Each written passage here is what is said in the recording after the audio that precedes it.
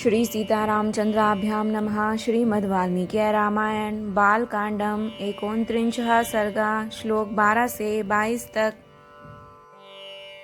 विषय: विश्वामित्र जी का श्री राम से सिद्धाश्रम का पूर्व वृतांत बताना और उन दोनों भाइयों के साथ अपने आश्रम पहुंचकर पूजित होना। तपोमयं तपोराशिं तपोमूर्ति तपात्मकं तपसा त्वां सुतप्तेन पश्यामि पुरुषोत्तमम्। अर्थात भगवान, आप तपोमय हैं, तपस्या की राशि हैं, तप आपका स्वरूप है, आप ज्ञान स्वरूप हैं। मैं भली भांति तपस्या करके उसके प्रभाव से आप पुरुषोत्तम का दर्शन कर रहा हूँ। शरीरे तव पश्यामि जगत् सर्वमिदं प्रभो त्वमनादिर्निर्देश्यस्त्वामहं शरणं गतः। अर्थात प्रभु, मैं इस सारे जगत को आपके शरीर में स्थित देखता हूँ।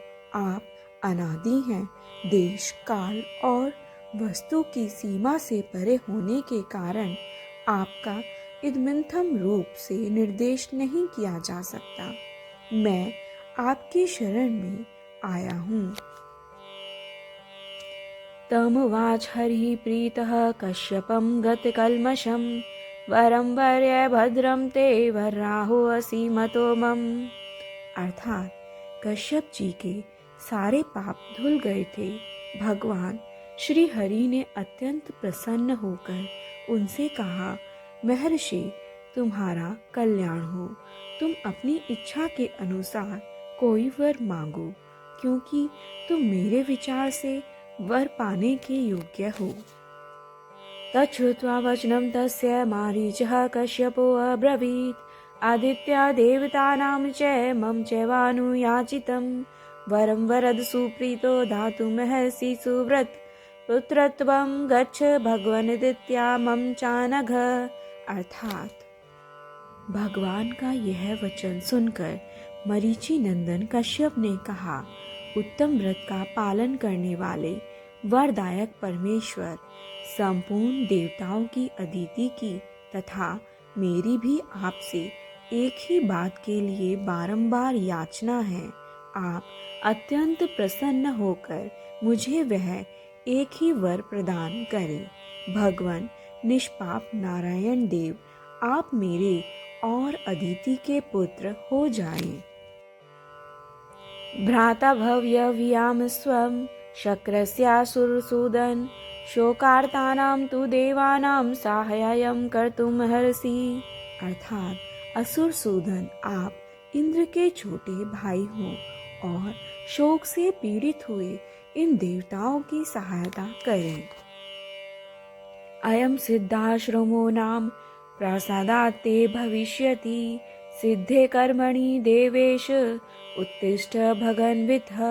अर्थात देवेश्वर भगवान, आपकी कृपा से यह स्थान सिद्धाश्रम के नाम से विख्यात होगा।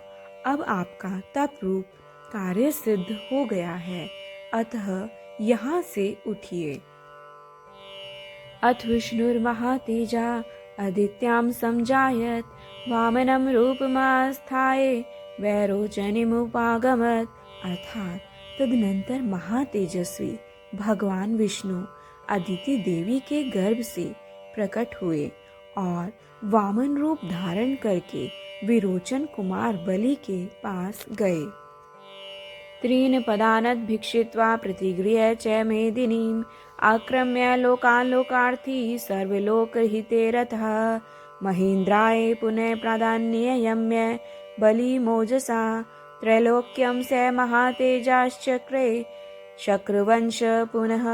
अर्थात संपूर्ण लोकों के हित में तत्पर रहने वाले भगवान विष्णु बलि के अधिकार से त्रिलोकी का राज्य ले लेना चाहते थे, अतः उन्होंने 3 पग भूमि के लिए याचना करके उनसे भूमि दान ग्रहण किया और तीनों लोकों को आक्रांत करके उन्हें पुनः देवराज इंद्र को लौटा दिया। महातेजस्वी श्री हरि ने अपनी शक्ति से बलि का निग्रह करके त्रिलोकी को पुनः इंद्र के अधीन कर दिया।